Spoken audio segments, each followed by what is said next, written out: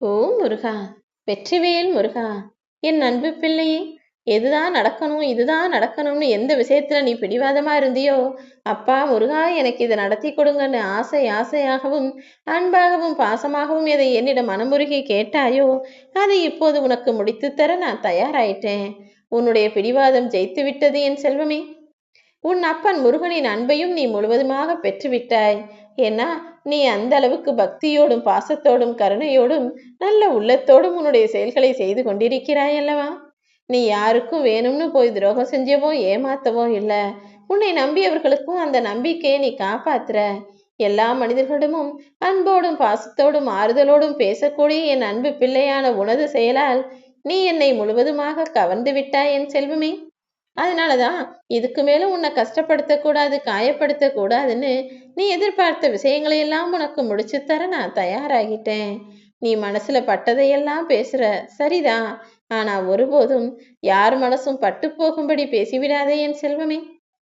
ஏன்னா இந்த உலகத்தில் பிறந்த மனிதர்கள் எல்லாருக்கும் இருப்பது கையளவு இதயம்தானே தவிர இரும்பு அல்ல, இல்லையா? பிரிந்தவர்களுக்கு நன்றி சொல்லு. அவங்க உன்னை விட்டு பிரிஞ்சு போனதுனால தானே தனிமையில் கூட உன்னால வாழ முடியும், எல்லா விஷயங்களையும் சமாளிக்க முடியும்னு உனக்கு தெரிஞ்சது. தனிமையையும் நீ பழக்கி கொண்டாய் அல்லவா? அதுவும் ஒரு சுகமான அனுபவம் தானே. உன்னை வெறுத்த மனிதர்களுக்கும் நீ நன்றி சொல்லலாம். ஏன்னா அதன் மூலமாக தானே தெரிஞ்சது, யாரையாவது முழுசா நம்புனா ஏமாத்திடுவாங்க அல்லது நம்மளை வெறுத்து ஒதுக்கிடுவாங்க. எல்லார்கிட்டையும் அன்பையும் பாசத்தையும் நேசத்தையும் அளவோட வச்சுக்கணும்னு இப்போது நேசிப்பை கூட குறைத்து கொண்டு அளவோடு வைத்துக்கொள்ள காரணமாக இருந்து உன்னை வெறுத்த மனிதர்களுக்கும் ஒதுக்கிய மனிதர்களுக்கும் நன்றி சொல்லேன் செல்வமே. ஏன்னா இந்த உலகத்துல உன்னை ஏமாத்தினவங்களும் சரி, உன்னை விட்டு பிரிஞ்சு போனவங்களும் சரி, உன் மேல பழி சொன்னவங்களும் சரி, எல்லாருமே ஏதோ ஒரு விதத்துல உனக்கு நல்லதுதான் செஞ்சிருக்காங்க. எப்படி தெரியுமா? ஏமாற்றியவர்களுக்கு நீ நன்றி சொல். ஏன்னா உன்னை எதிர்பார்ப்பை வச்சுக்க கூடாது. எந்த மனிதரிடமும் நீ எதையும் எதிர்பார்க்க கூடாது. நீ எதை எதிர்பார்த்தாலும் நான் உனக்கு ஏமாற்றதான் கொடுப்பேன். நீ எதுவா இருந்தாலும் உன் அப்பன் முருகனை நம்புன்னு உனக்கு மறைமுகமாக எதிர்பார்ப்பு இருக்கக்கூடாது என சொன்னவர்கள் உன்னை ஏமாற்றியவர்கள் தானே. உனது எதிர்பார்ப்புகள் எப்போதும் மனிதர்களிடம் இருக்க வேண்டாம் என் செல்வமே. அதை ஏன் கிட்ட கொடு. நீ எதை எதிர்பார்த்தாலும் அதை உனக்கு முழுவதுமாய் நான் முடிச்சு தர்றேன். உன்னை பழி சொன்ன மனிதர்களுக்கு நீ நன்றி சொல்லு. ஏன்னா அவங்க உன்னை பழி கூறிய போதும், உன்னை தவறாய் பேசிய போதும் உன்னுடைய பலவீனத்தை நீ உணர்ந்து கொண்டாயல்லவா? இதுதான் நமக்குள்ள பலகீனமா? இது தெரியாம தான் நம்ம எல்லாருக்கும் உண்மையா இருந்துட்டோமா? நம்ம தவறா வாழ்ந்துட்டோமேன்னு உன்னுடைய பலவீனத்தை நீ உணர்ந்து கொள்ள காரணமாக இருந்தவர்கள் உன்னை குறை கூறி பழி பேசியவர்கள் தானே. இன்னும் கூட உன்னை சுத்தி இருக்கிற அத்தனை உறவுகளுக்கும் நீ நன்றி சொல்லலாம். ஏன் தெரியுமா? உனக்கு கெட்டது செஞ்சவங்களும் நல்லது செஞ்சவங்களும் எல்லாருமே ஏதோ ஒரு விஷயத்த உனக்கு பாடமாக சொல்லி கொடுக்கதான் நான் உன்னை நோக்கி அனுப்பியிருக்கேன். ஒரு சிலரு மண்ணை தேடி தேடி போறாங்க. அதாவது நிறைய இடம் வாங்கணும், வீடு வாங்கணும், நிலம் வாங்கணும்னு மண்ணை சேர்க்கறதுல சந்தோஷமா ஓடி ஓடி தேடி அலையிறாங்க. ஒரு சிலரு பொண்ணையும் பொருளையும் காசையும் பணத்தையும் தேடி தேடி அலைஞ்சு கஷ்டப்படுறாங்க. ஒரு சிலர் பெண் தேடி அலையிறாங்க. ஒரு சிலர் வேலையை தேடி அலையிறாங்க. ஒரு சிலர் வாழ்க்கைக்கான விடியலை தேடி அலையிறாங்க. ஒரு சிலர் நிம்மதியா சந்தோஷமா வாழணுமே நிம்மதியை தேடி அலையிறாங்க. ஒரு சிலருக்கு பதவி ஆசை. ஒரு சிலருக்கு பேரும் புகழும் பெற்று பெருமையோட வாழணும்னு ஆசை.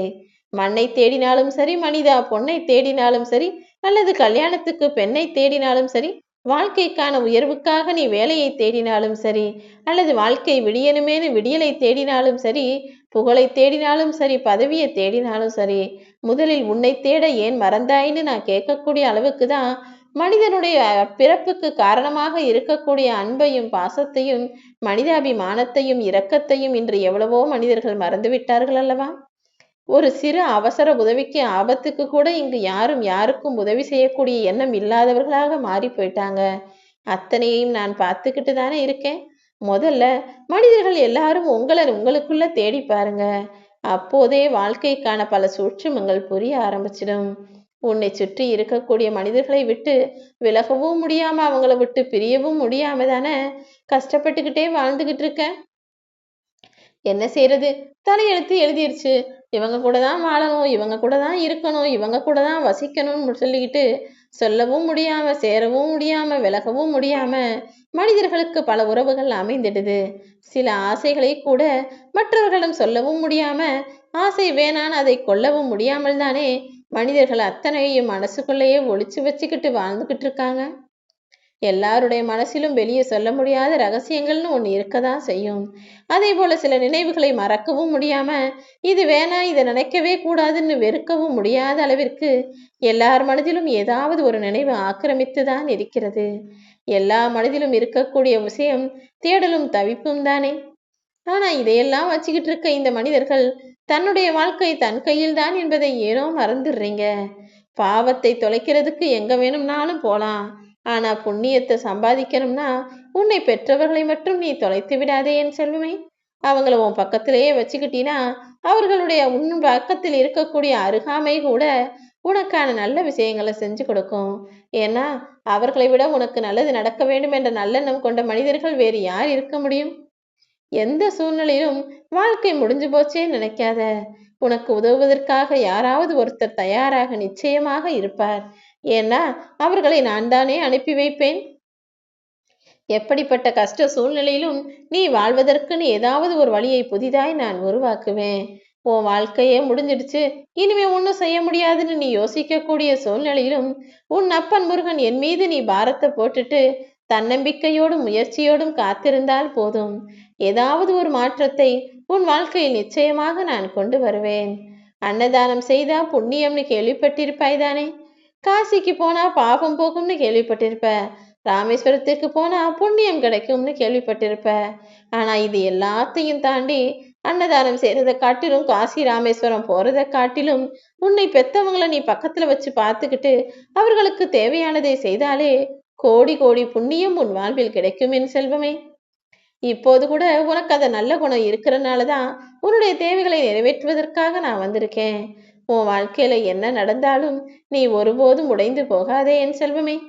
உன்னை உடைப்பதற்கு ஒரு தருணம் உண்டென்றால் உன்னை உருவாக்குவதற்கும் பல தருணங்கள் காத்திருக்கும் தானே. நீ மடசுடைஞ்சு போற அளவுக்கு எப்படி சில விஷயங்கள் நடந்ததோ அதே போல நீ மனசு சந்தோஷப்பட்டு துள்ளி குதிக்கும்படியும் உனக்கான நல்ல விஷயங்களை நான் நடத்தி முடிப்பேன். எப்போதும் தைரியமாக இரு.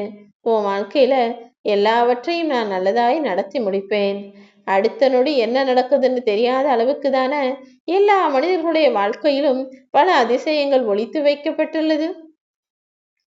அப்படி அடுத்த நிமிஷத்தை பத்தியே தெரியாத மனுஷன் தான் என்னவோ 1000 வருஷம் வாழ போற மாதிரி ஏன் ஆணவத்தோடும் அகங்காரத்தோடும் கோபத்தோடும் செருக்கோடும் தற்பெருமையோடும் வாழ வேண்டும்?